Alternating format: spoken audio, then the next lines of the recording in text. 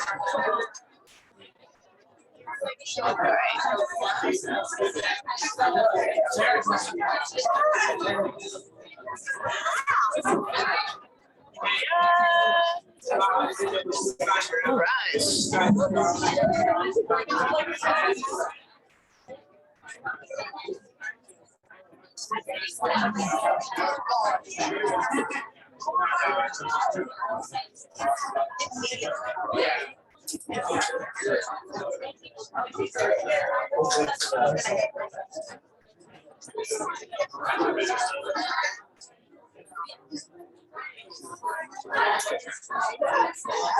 Hello everyone and welcome to Avid Reader Bookshop. I'm just starting now because we have a bunch of people who've just joined us on Zoom as well. So we've let them in and now they know where they are. Hello everyone on Zoom. So for the people on Zoom, you're going to be on silent, unfortunately. But if you want to heckle, you can use the chat function to do so. For everybody here in real life, and please join us, come through. I'm just welcoming the Zoom people. There's a couple of rows in the front if people want to come down to the front.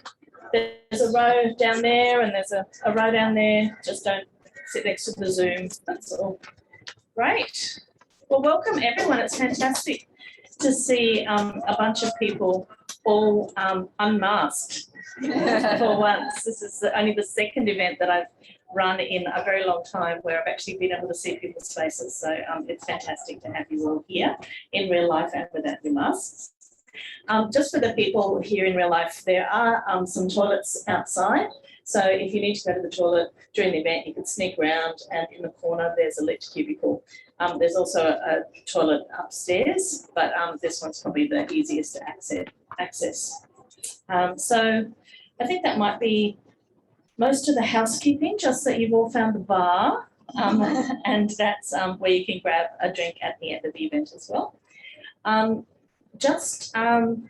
think I'll start. So welcome. There's definitely seats down the front if you don't mind coming down the front. We're welcome to join. Or, you've got one back there, great. Fantastic. That's all right. So I'm going to kick off tonight by acknowledging the traditional owners of the land that we're meeting on in this area, the Yagara and the Turrbal people, and I'd like to pay my deepest respects to elders past, present and emerging. And also, because we're going out on Zoom, I'd like to acknowledge the elders and pay my respects to elders on the lands that you are zooming in from. This always was and always will be Aboriginal land, and sovereignty was never ceded. Storytelling land is the perfect place to have QUT's glittering end-of-year salon, all-star cast. I say so myself, they're one of the stars.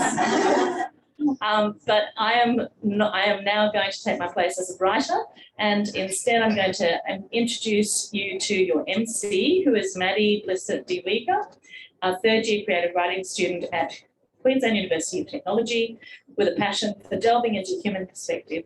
She mainly specialises in memoir and contemporary fiction. She's been published in Glass magazine, QUT Literary Salon 2020 collection, and Scratch That magazine. She's an editor for QUT Literary Salon and an intern for Queensland Writers Centre. And you can also go online and follow her on Instagram at words.with.bliss. So welcome, Maddie. Woo! Everyone, welcome to the salon, the most important salon of the year, really.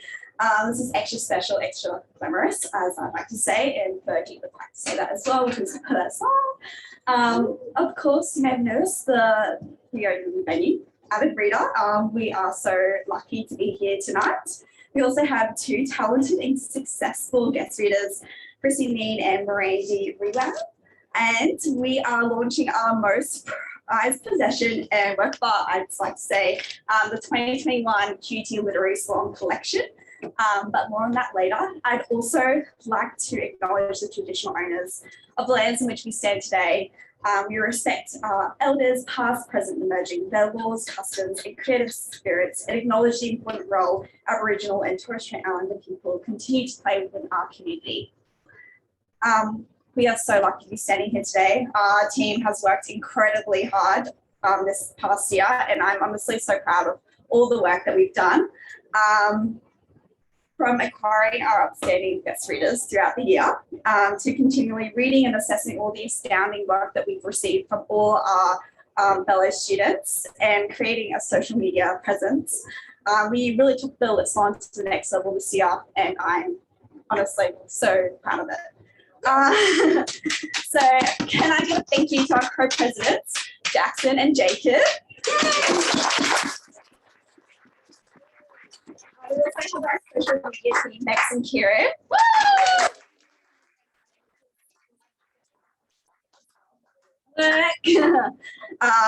I really enjoyed this year, and it was a really valuable experience. So thank you all.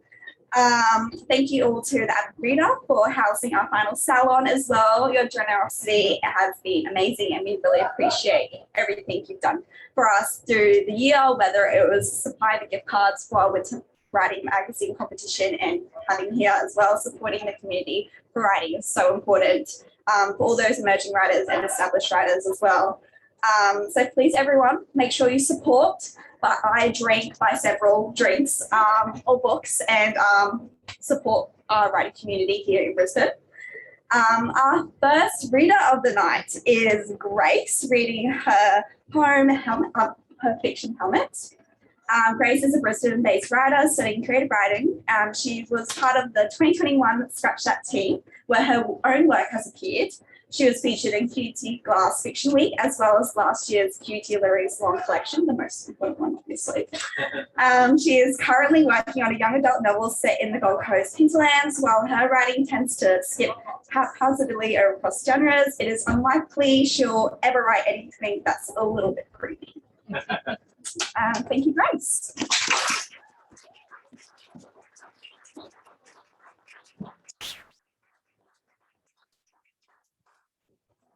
I have to do this COVID thing in between.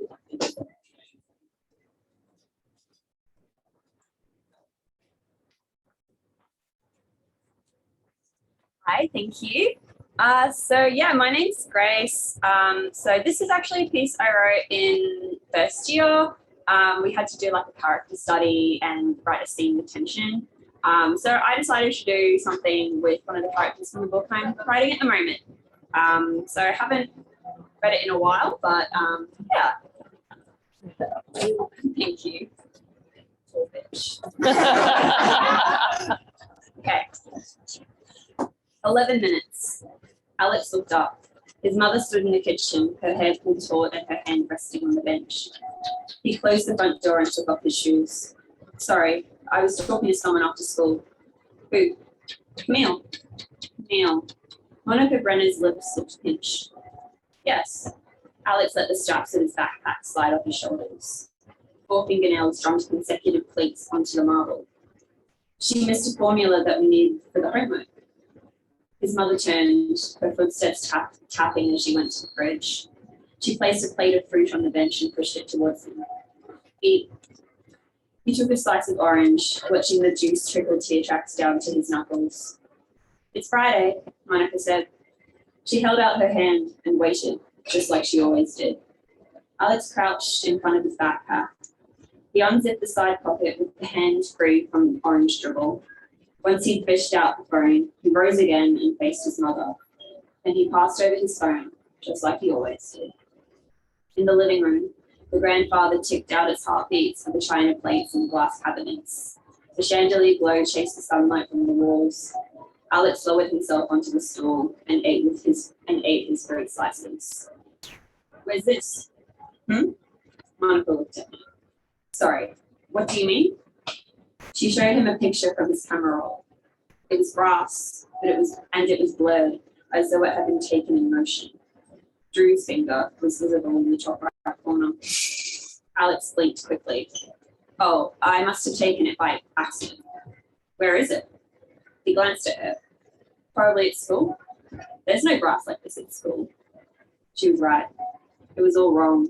Long and browny and flecked with dandelions. I'm not sure, Alex said. I did take out my phone when I was riding home the other day. Maybe it was then. He watched her eyes slip away from and drift back to the screen. Her face didn't move while she checked the rest of his apps. He felt his pulse in his mouth as she handed it back to him. "What is it tonight?" she asked as she took the empty plate. The bottom of the china scratched against the marble counter. "Treat, English, that's due on Wednesday." "I know, I'll finish it tomorrow." Her mouth twitched. "Tonight?" She nodded. "Edit it tomorrow." She turned on the tap and began to sponge down his plate. Alex leaned over to run his sticky fingers under the stream of water. "Oh, that was the other thing. I need to check your helmet." He held still. "My helmet? I read an article about the toxicity of chrome. I need to check it's still intact." He dried his fingers on the paper towel. "It is." One of his mouth twisted. "I'll just make sure." She wiped off his plate and slid it away. "Will you go get it?" Alex didn't move. "I will later." She turned to him. "It's only in the garage." "Go get it." He remained still. "I will." His helmet was not in the garage. It was not on the lawn or in his backpack. It was in the tray of Drew's boot. He had left his helmet in the tray of Drew's boot. His mother was looking at him. "Now, Alex." "In a minute," he said. "I'm going to have some tea. Do you want some?" She watched him rise and place his backpack on the stool. Then he walked around the counter to fill the kettle. The lamps his mother had turned on grew brighter as the sunset rolled from the sky. Through the window, Alex could see the final streaks of pink dispersing into blue. His mother said, "You were 7 minutes late yesterday." He flicked on the switch and watched it glow blue. "I don't remember." 12 the day before.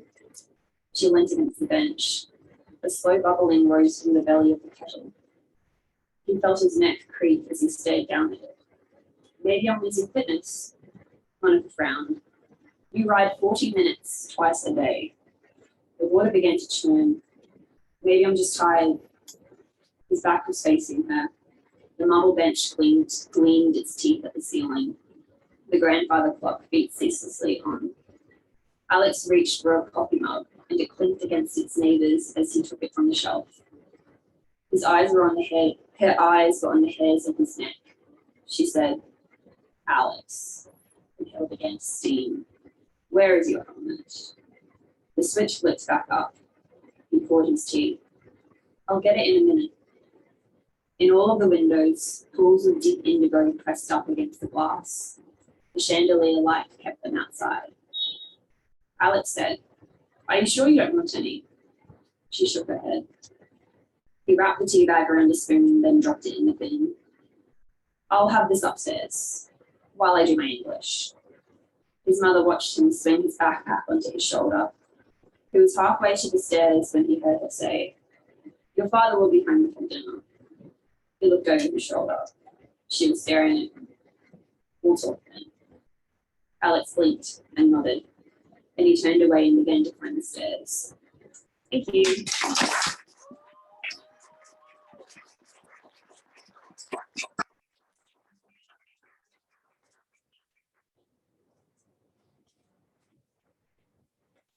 Thank you, Grace, so much. We're always excited to read your work. I can't believe it's your last salon because you've just been graduated, just need the ceremony left.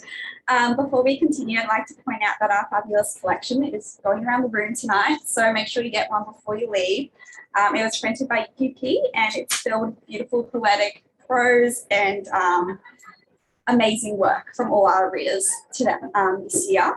Thank you to those who submitted throughout the year as well. We've loved reading all your work, and it's been a pleasure to see all your work throughout the year, all your voices, and being able to see how you develop as well throughout your years of writing. An extra special thank you to Jack Biggs for all the art in the collection as well. Our next reader is a little work called How to Make a Chocolate Cake from Janie. Janie, originally from out west, moved to Brisbane to study a Bachelor of Law in Creative Industries at QUT and is in her second year. Her work, while it may never seem it, is inspired by her experiences of growing up in outback Australia. Her fiction and poetry can be found in QUT Glass, Versus Mag, and Concrescence, and more. So thank you.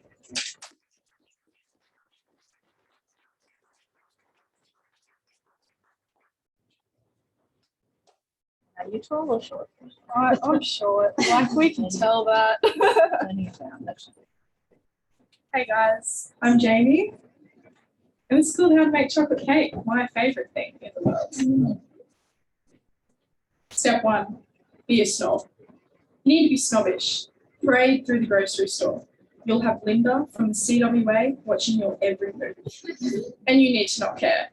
She's not making this cake. You are. She won't understand it, but there's an art to picking the perfect packet mix. Our mission? Chocolate cake. We want the ready-to-spread frosting. Commit to the non-commitment of packet mixes. Don't put it in the trolley like you're buying condoms. Don't hide it. Own that shit. Let Linda see it. Let her know it'll taste better than her handmade gâteau. Step 2, use Google. Preheat your oven. Do it right now. You'll forget otherwise. You'll need eggs, milk, butter. Don't have butter? Proceed to then Google. Butter substitutes packet cake chocolate. Google will make sense of it. Why didn't you buy butter when we were at the store? For God's sake. Whatever. We'll have to move on. Step 3, pick your trauma. Pour your packet mix into the bowl. Add your eggs. Use some force. We want these eggs cracked. Let this be your therapy. Use any high school trauma you've hoarded in the back of your mind. It's angsty and conceited. It'll get the job done. Warning. Do not use childhood anger. You will obliterate the egg and scramble it in the heat of your rage. Add milk. And I would say add butter, but someone forgot it. So now we have to add olive oil. Don't be like Linda and hand mix with a wooden spoon that she definitely threatened her kids with. Use a mixer. Step 4, embrace salmonella. Thank God you preheated the oven when you did. The sooner this cake cooks, the sooner we can eat our feelings. Grease the tin and pour your butter. Look how it ripples, folds over itself like ribbon. Whack it in the oven. Read the box, 40 minutes. Don't forget it, but don't set a timer. You'll remember, you're reliable like that. Take this opportunity to indulge. Lick the bowl. You haven't done that since you were 8 years old. Put your whole face in it. Let it get all over your mouth. Try to ignore the worry of salmonella. Then picture your death from salmonella. Face down in a bowl of chocolate cake batter.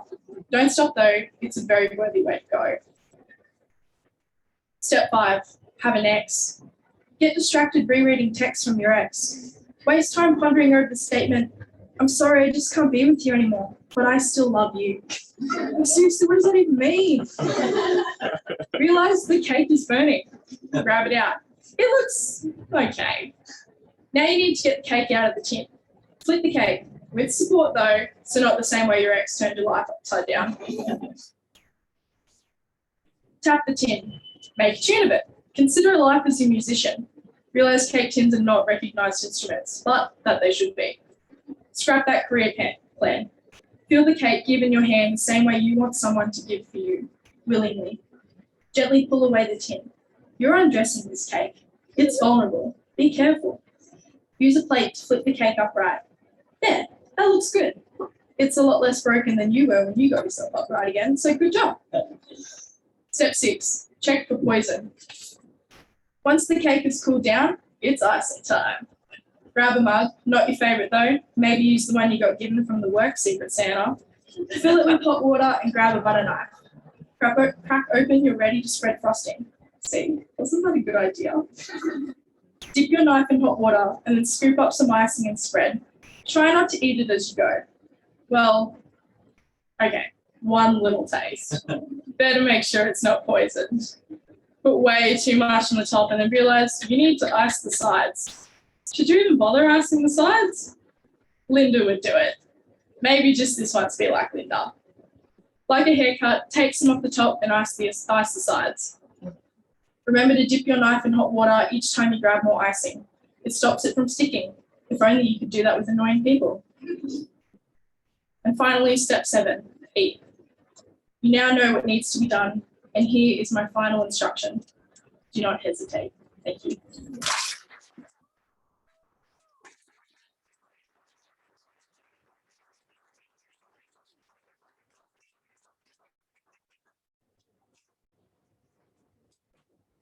That was brilliant. That really brought back some childhood memories of like making cake, but then you get to it and my brother would just like eat the whole tub of icing by itself.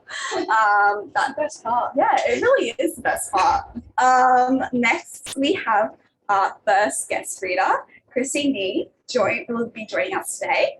Krissy is award-winning author of memoir, affection, and fiction, Uncertain Grace, Steeplechase, Triptych, and The Adventures of Holly White and the Incredible Sex Machine, as well as Thomas Shapcott, award-winning poetry collection, Eating My Grandmother.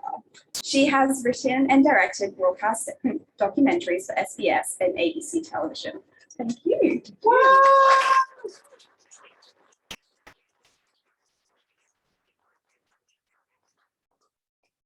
She wipes her own mic. Excellent. So I'm going to read to you guys from my memoir, which came out this year, The Three Burials of Moji Kneen. It's a book about my grandmother and one that took me a very long time to actually start writing, but when I did start, it was a bit like opening the floodgates. So this is from near the beginning of the book, when I didn't quite know what I was going to find when I went to Slovenia to find my family home. The True History of Dragica Marisic, 1. The girl who would be my great-great-grandmother was born to snow. Her mother, in the agony of a sideways birth, stumbled out into the virgin drift and squatted, barefoot and angry as a nest of wasps. Her screams echoed off the white face of the mountains and back across nearby Tribnik Hill. When the baby ripped its way out of her body, there was blood on the snow, so red and thick that it looked like a horse had been slaughtered there in preparation for a feast. Her mother reached down and plucked the lump of red flesh from the vivid nest where patches of body fluids chased colourful paths through the snow, virgin no longer. The child opened her eyes wide and her mouth wider and breathed in. In the first breath, the air filled those tiny new lungs, and with it, there was blood and shit and vomit and a shivering taste of the blinding white snow. This was her first meal, a simple inhalation, her throat muscles working for the first time. Before the child was even put to rest, this more visceral brew of human waste and snow, flesh from the dirt at the base of a mountain. The baby wheezed, spat, and cried as fluid found its way down the tiny throat into the sterile little cave of the stomach. The life teemed, a colonisation, armies of tiny creatures navigating the digestive maze, pausing only to do battle. Tiny genocides, whole families ambushed and murdered, the cultural mix of microorganisms changing and shifting in the time it took to stretch out a small, perfect spine and shiver little fingers into fists. The bacteria that melted onto that new skin with the snow held ancient life, a history as old as the mountain itself, miniature soldiers that had multiplied on each new blade of grass. Immigrant armies dropped in the shit of a bird or carried on cat's fur. By the time the baby opened her lungs and uttered her shrill vibrating note, there were as many bacterial soldiers as human cells inside the tiny form. She was already almost outnumbered before her life had properly begun. The mother dragged herself up from the cold snow. There was a tear and it hurt and bled still, but she was glad to be unburdened. Her stomach sagged, empty sack. She lifted the child up onto it. The volume of the baby's cries seemed to belie her size. Such a new thing, such a fragile, perfect little human being. Better out than in. The mother lay back in the damp chill and guided the baby to her breast. The pain of it, like needles stabbing at her nipple, hot and sharp, right into her core. No milk yet, but the sucking would bring it down. She lay back and closed her eyes, and snow fell onto her unfastened shirt and feathered her body, her bloody thighs. The baby sucked the empty breast, and more armies marched in to do battle with the first wave of invaders. Each twisting pathway inside the child was a new battlefield strewn with the dead and the forgotten, heaving with the new visitors, an ever-shifting ecosystem trying to come to some sense of equilibrium. All this in the first few minutes. The mother's mother and her sister were close behind. The mother's mother held out a blanket and the sister bent to wrap the woman and her newborn. The blanket was one that she had been using on her own bed. Her skin cells shimmered among the wool weave, raining down on the baby's head, more microbes marching into the tiny seashell whirls of her ears, the neat pink folds of her vulva, the smooth cleft between the dimpled cheeks of her bottom. This baby's newly made grandmother had been wrapped in her own mother's blanket at the moment of birth, her own skin tinged with the ancestors of her grandmother's skin life, her great-grandmother's skin life. You could trace these microorganisms back to a time when the ancestor first dragged herself out of the prehistoric oceans. All this living history nestling into the peach soft flesh of a baby girl. Anastasia, the baby's name from the mouth of a new mother. This word to describe all the things she has already become and will be, more other than self and a colony inside her that will eventually be inside me. More than a century from that moment of his birth. Anastasia, my grandmother's grandmother. Anastasia, who bore Carlotta, who bore Dragitza, who bore Wendy, who bore me. Anastasia means resurrection. And it is true, bits of her genetic material and descendants of those bacteria still march their armies around my lower intestine, fit and healthy and ready for battle. I'm embellishing, of course, as my grandmother used to do. I don't know who my great-great-grandmother's real name was. Those facts were taken to the grave by previous generations. I don't know if she was born in snow or in a bed or on the kitchen floor. I don't know the village where she was born because I have not travelled there, and I don't know the true story of my great-grandmother. My grandmother, who raised me, refused to talk about her past. My aunt tells me I have no story. I know nothing and have no right to the story at all. As a keeper of my family's history, she is stiff-backed and tight-lipped. My aunt would leave me hollow, the wind of the ages whistling through me, my feet ungrounded. I am forbidden to tell this family story she guards so tightly, but it is an animal burrowing in my chest, a sad ball of fur and teeth clawing to find its way out of me. Once, for a month, I moved back to Dragon Hall to conduct a series of interviews with my grandmother. I was making a documentary for the ABC called The Truth About Dragon Hall, but there was no truth. I captured her words on camera, her face grinning, playful as a sprite, as she leaned in to tell me she would never tell me about my family history. But I can tell you stories, she said. You must not lie. You must never lie, but I can lie. I am a storyteller, and what a storyteller does is he lies. So I can lie, but you must not. She, Dragitza, Lottie, as she renamed herself, liar, storyteller. And who am I? I sit with Anastasia as I used to sit with a lump of clay, turning it so I could look at it from all angles, little crumbs of truth, the village, the bacteria, the mountain. She begins to find a face, a body takes form. I shape her limbs from my limbs. I find her eyes in my own face. I make her, carving her out from the secrets that I will carve Carlotta, my great-grandmother, then Dragitza, who I loved but who hid from me, and my mother, my sisterly mother, who at times has been my friend, but who knows nothing of her past. Before the written word, memory was outsourced to story.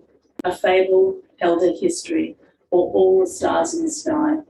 I am unpicking the tapestry of words my grandmother wove. I am saving the thread. I am making a new cloth with it, one that weaves imagination into truth. Anastasia, Carlotta, Dragitza. I have learnt the magic of storytelling from my grandmother, and in my stories, like hers, there will always be glittering threads of truth. Thank you.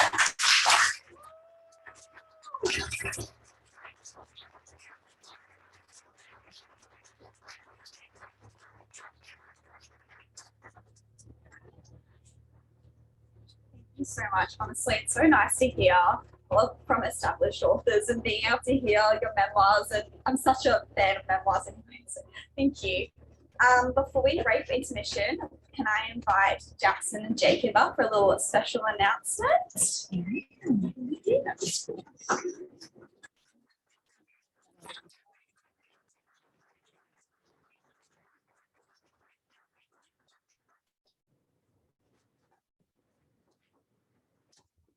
Hey everyone, thank you so much for coming. It means so much to us. When we took on the Lit Salon, we wanted something like this, a big celebration of what we've done this year, and this is great.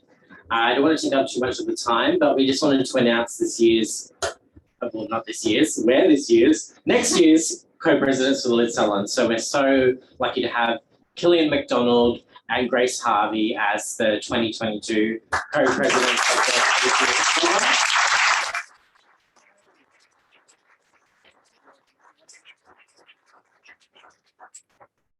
You guys are gonna kill it. I think you guys are iconic. And I can't wait to see what happens. I hope to come to every salon next year. And best of luck. So if you want a collection, please come see me in the submission or at the end. Just give me 60 seconds. I need to work out one thing. But yay, thanks everyone for coming.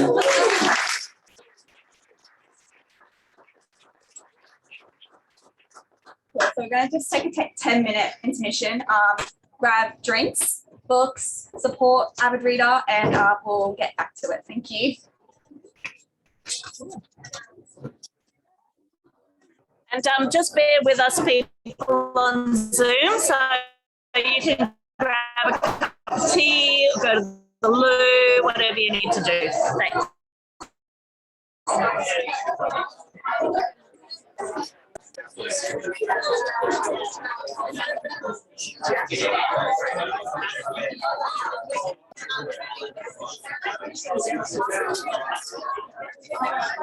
I have like 2 days.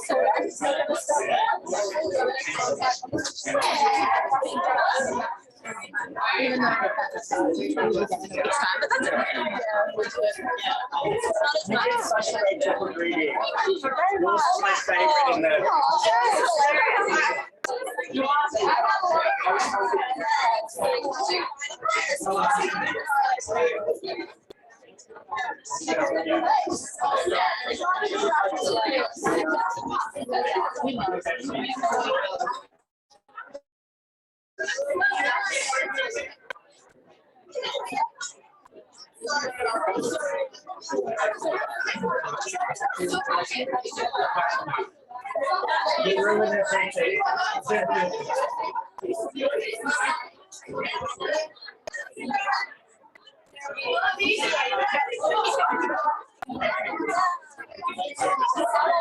Check that they're okay inside.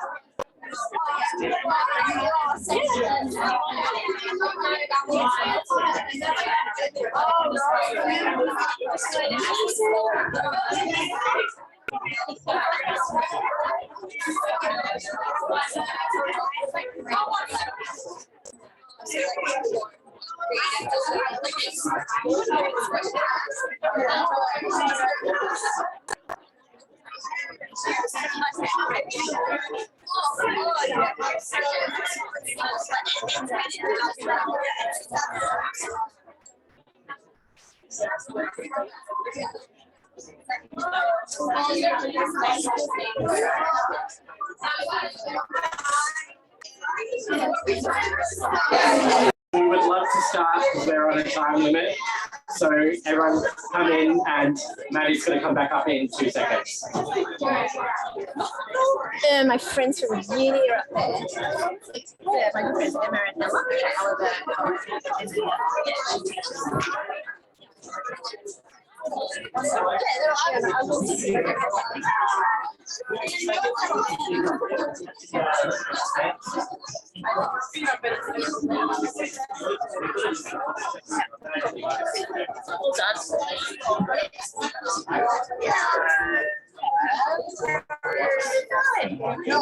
And that's good. I wanted you to be, I wanted you to listen and look up mid speech. Oh, look at on winner! It's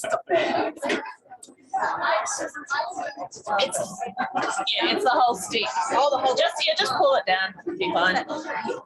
Is that pretty unique? Yeah, cool. Okay.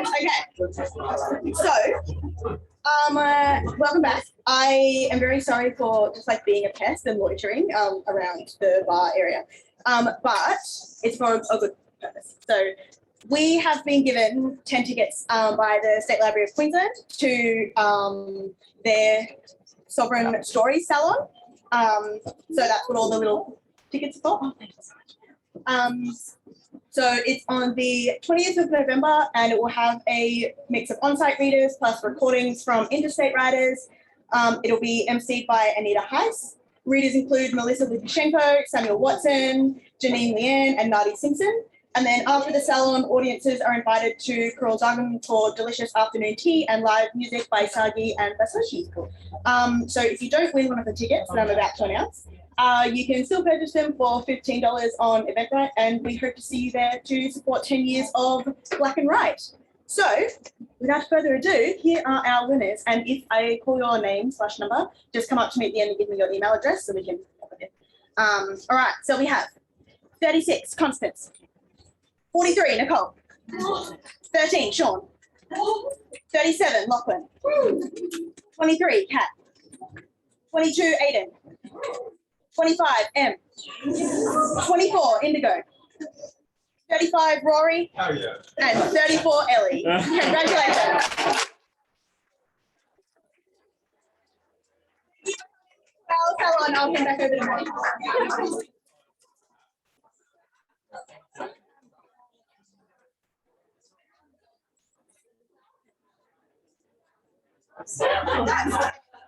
Thank you very much. It's so exciting, actually. Before we keep going, I just want to give a shout out to our artists for the collection. Their Instagram is jack.eli.fletcher, so check out their work. Honestly, so beautiful. I loved all the work that we went through and very accustomed to each piece. So I think I got my grade 1 for 11, so that was great. So our next piece is St. August Stitch from our very own Kieran.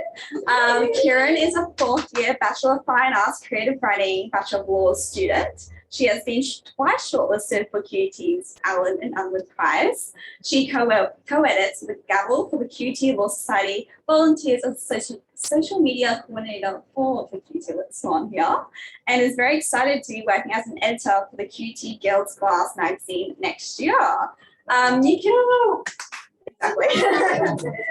You can find her work in Glass, Scratch magazine, and the Gavel. She is fascinated by the complexities of everyday relationships and the darkness we hold inside ourselves. She loves exploring these themes through fiction and aspires to become a novelist and lawyer one day. So you can find her work on Instagram at kieran.elizabeth. So thank you, Kieran. So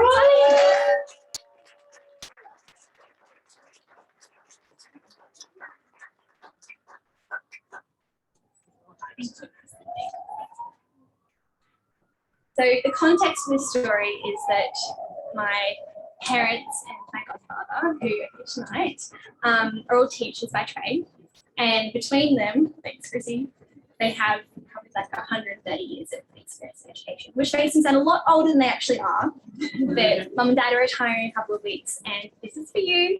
A lot of you is in this.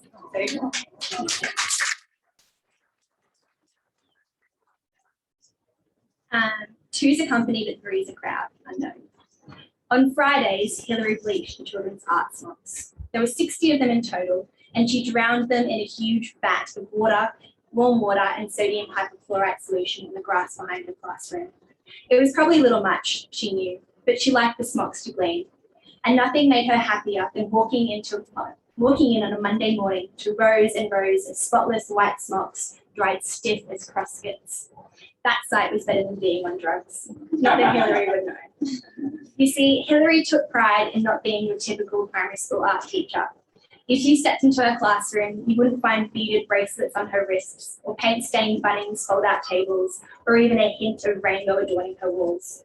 You wouldn't even find a stray sequin languishing in the linoleum. When she first started working at St. Augustine's Primary School, she had her father help her install perspex shelving units to tower high over the back wall of the classroom, filled with all manner of materials and organised according to frequency of use. Her favourite one of these Perspex containers was the one labelled in neat black letters, cleaning supplies. Turpentine and methylated spirits smelt like home. There was nothing that calmed Hilary more than knowing she could dissolve stains on just about anything with the right combination of chemicals. They were coming towards the sticky end of the school year when it happened. Those weeks when November seemed to stretch on forever and temperatures soar. Those weeks when the kids turn into messy, unfocused puddles in the classroom and spend most of their lunchtime seeking the shade of the blooming jacarandas. Hilary trudged across the quadrangle at precisely 7:04 a.m. and delicately dabbed her upper lip with the tissue from her pocket. As she dug through her handbag for the keys to her classroom, her eyes caught sight of a strange sight through the window. Paint spilt on the floor, whole bottles of it splashed everywhere. A window was smashed at the back of the classroom by the assailant. It was clear to Hilary, once she was inside the classroom, that someone had been looking for something. Hilary huffed. She had been teaching for 15 years and never, not once, had someone treated her classroom with such indignity. Wouldn't it be so much more civilized, so much easier to simply ask what they were looking for? As she walked outside and rounded the corner of her classroom, Hilary could see they had found it. Bright pink paint by the looks of it. Wet, sloppy stripes spelled out the words, "Watch your mouth, Lorna Reichel." What a strange sight, Hilary thought. She had seen nastiness on the playground worse, if she was honest, but the peppiness of the magenta letters and the threat they spelled out was bizarre. Hilary had taught Lorna's sons all through their years at St. Augustine's. They were perfectly pleasant little boys, and Lorna had seemed so too. She saw a bald head round a corner nearby. "Norrie!" she yelled. The principal of St. Augustine's, Norris Patchett, appeared a second later, shaking his head at the impromptu mural scrawled across the wall. "I know, I've already had a call from Lorna," he said, rolling his eyes. "Already?" Norrie nodded towards the canteen. Tuck shop duty, went home in tears. Hilary stepped towards the paint. Whomever was behind it could really use some help with their technique. They loaded up paintbrushes with too much paint. Big globs of it dribbled down to the ground below.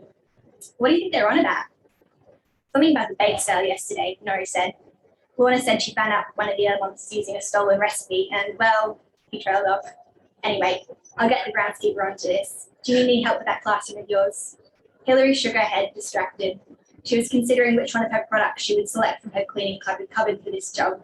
There was no time to wait for the groundskeeper. She needed to act quickly, before the paint fully dried and before the students started arriving. She got to work. That night, Hilary soaked in her usual 9 p.m. bath while she scrolled through comments on the school's unofficial Facebook group about the incident. "I just feel so sorry for the poor woman at the centre of it. No one deserves that." "Lorna Reichel, let me know if you want me to take over your tuck shop convener duties. Kiss, kiss, kiss." Hilary smirked at that one. Of course, the other parents were already descending on Lorna to relieve her of her coveted power as a tuck shop convener. "OMG, can't believe someone would do something like this over a chocolate crackle recipe. What the actual fuck?" The comments were coming in thick and fast. Hilary wasn't surprised, really. There hadn't been drama like this since the 2019 NVIDIA Mass, when Bobby Finkel farted loudly while over-serving. And then, almost lost in a sea of formative sadness, something else. "Glad to see you all enjoyed the display this morning. Only wish old Norrie left it up a bit longer.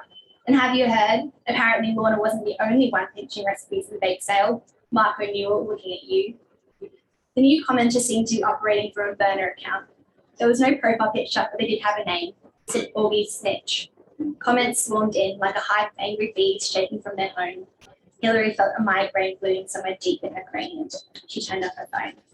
That's just an extract. The final, the full-length version will be in the next edition of the Gavel.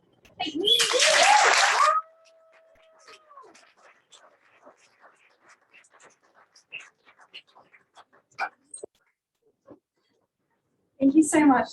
I'd like to have a little shout out to our amazing industry partners, QT Glass and Scratch That Magazine this year. Has been amazing working with all of you and being able to create such a good relationship to continue on for all our university studies for future years as well. Especially Kieran joining the team next year at Glass, and Tom and Em and everyone that has helped us so much. So thank you very much for all your collaborations, and yeah, hopefully it'll continue. Our last student reader tonight is Aiden, but unfortunately Aiden can't come tonight. So, oh, yeah, amazing! Amazing. Okay, thank God. Okay, so Aiden is a creative writing and psychology student at QUT whose adventures in poetry began in crayons scrawled on the walls in his childhood home. Though he obviously hasn't been able to match those early efforts, he still enjoys writing out his emotions whenever he has the chance. So thank you, Aiden. So glad you're here.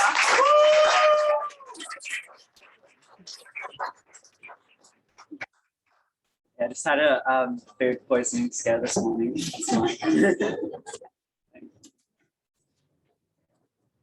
My first poem is actually a sonnet called Pets. I am a consummate expert in termites. I know how to make them fall in love, to soothe me nightly with covetous little bites until I'm sure that I'm palatable, worthy of digestion. Anything can be carnivorous, as it turns out. Anything can grow mandibles if tempted long enough.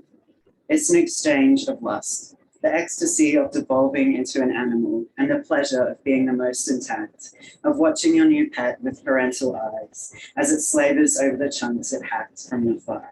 One piece of advice: a pet like that never stops being obsessed. Remember, at any point, it may revert to a pest.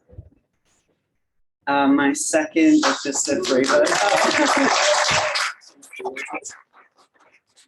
My second is a free verse called Tevataifi in Exile. It was a dark and stormy mid-afternoon kind of time, I guess. Thunder rolled with the sound of a really big piece of laminated paper wobbling, or like a minimum wage employee rolling an overfull dumpster over a speed bump. Oh shit, they went a bit too fast. Turns out the bin was full of glass.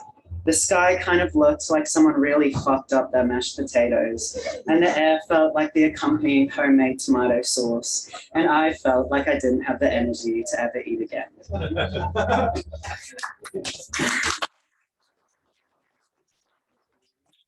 My last poem is called Still Life. Every so often I wonder if in 10 or 20 years, someone will peel an orange and hand me slices one by one. To peel an orange, you need 2 hands and fingers, not always your own. In fact, it is best when they are not your own. In a painting of a fruit bowl, an orange may sit buried beneath a bushel of grapes, but there is always an orange. I fear the fruit bowl hanging in a dark room, beneath the grapes, an orange unpeeled. Thank you.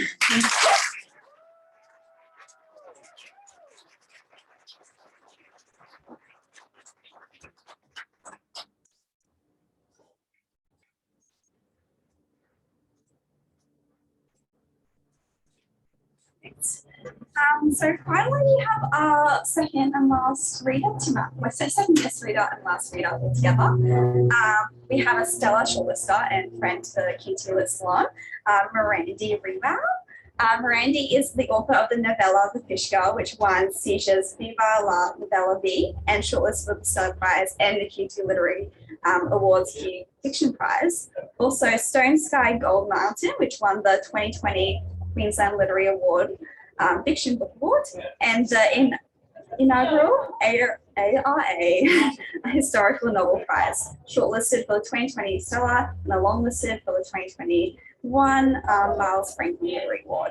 Her work has appeared in Best Australian Stories, Meanjin Review of Australian Fiction, and Griffith Review, and the Best Summer Story. So many. Amazing. Miranda has a PhD in creative writing and literary studies and lives in Brisbane. So thank you.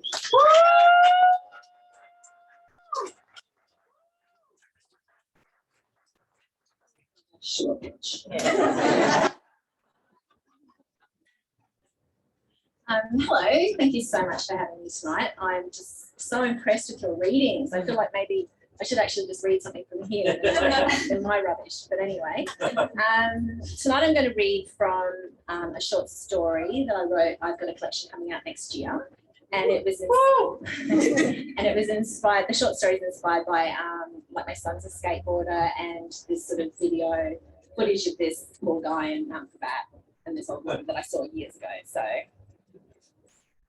here we go, and it's called Hard Flip.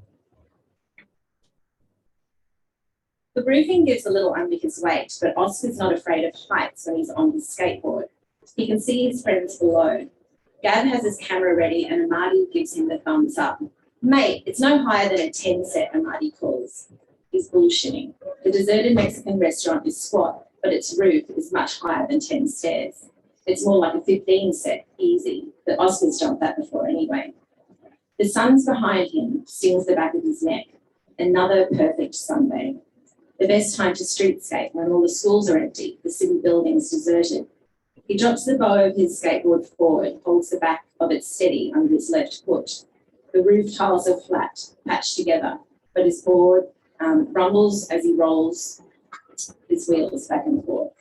It's weird when he sees heights on TV, like the times his mum was watching a movie with the two men grappling over an icy crevasse, or when they show a fisheye view of a bungee jumper on one of those survival shows. Oscar's hands become clammy. He feels a prickling in his fingertips like a Christmas beetle crawls across them. But when he's on his board, he's fine. He's in control. He pushes off. He feels his own heft, his feet steadying the board's wheels as he scoots across the roof. Crouching, his calf muscles tense, ready to spring. It's just him and his board. Movement, the wind cool against sweat. He knows he will fly. Oscar rolls his shirt sleeve up so it doesn't brush the graze on his elbow. It took him 4 goes before he got the roof jump right. The first 2 times he'd fallen off his board, rolled against the hard ground of the car park, the bitumen pebbly and glittering up close. The 3rd time he landed, the board slumped in the middle and he thought the fucking thing was going to snap. Gav had to lend him his split knife to tighten the deck bolts, but Oscar got it on the 4th go. Lucky. He could tell Gav was getting a bit bored filming them by then. It was Gav who taught Oscar to roll with it when he stacked it. Just let the momentum take you. Don't resist. Later, whenever they look through the video footage of Oscar somersaulting on his board again and again, they always laugh.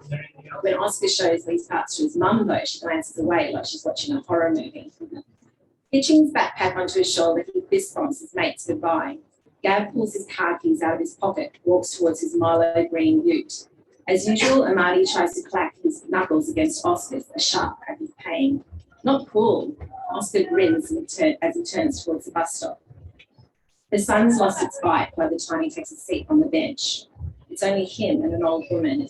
His board rests beneath his right foot and he rolls it gently back and forth across the cement. A slight breeze has picked up, swishing dirt and a chip packet across the gutter. The music beats loud in his ear, his earphones vibrating with Joey Badass telling him he can't change the world unless he changes himself to deal with the cards he's been dealt. Oscar doesn't realise the old woman is talking to him until she glares at him and shakes her head. He pulls the left earbud out, says, "Sorry. I asked you to stop moving that thing," she says, pointing at his skateboard. "I can't think with that racket." Oscar's brows lift, but his foot pauses. "Where are you from anyway?" she asks. "I live up the road in Holland Park." She shakes her head impatient. "No, I mean, where are you from?" A cloth hat is pulled low on her brow and the store's plastic hook is still attached to its brim. "I was born here." Her eyes flick over his face. "If you say so." "I was." He smiles politely at her, looks up the road for the bus. "Too many foreigners here. Too many." He nods but doesn't say anything. He thinks of Gav, of how Gav says to just smile along, be polite, prove to people that skaters aren't the dicks they think they are. "But where are your parents from?" "Vietnam." "Well, they should go back, is my opinion." She pulls her handbag closer onto her lap. "I've got nothing against them personally, but yous just don't fit in. The bony finger points at the pathway, like you, riding up and down. The tips of his ears feel hot, but he just keeps smiling like a fucking idiot. His chest feels like it's burning, like an army of ants swarm up from his abdomen. 2 girls older than him, handbags bumping against high-cut shorts, approach the bus stop. He wishes the old woman would shut up. He doesn't want the girls to hear her, maybe agree, or worse, cast sympathetic eyes over him. He picks up his board, steps to the side of the road, peers along its length, like he's searching for the bus. Suddenly, he's aware of the frayed hole on the side of his shoe, of the damp gaminess of his stained shirt, the grime on his brown skin, which now feels like a heavy jacket he wants to shrug off.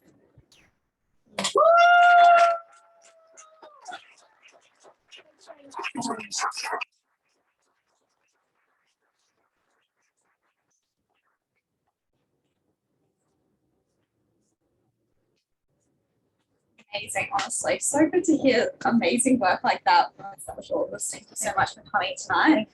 I'd also like to extend an enormous thank you to all our guest readers for this year and their extended support showing up, and so many of you here tonight as well.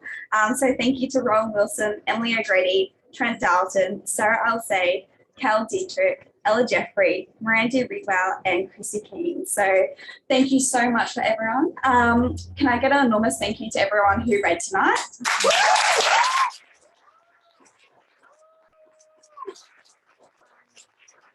I'd also like to announce the after party is across the street at Brisbane Brewery Co. So make sure you drink and come socialise because it's drinking alcohol. So thank you everyone for having us tonight, and to Avid Reader, to everyone supporting us, and I guess that's it for the 2021 QUT Lit Salon team. So thank you very much.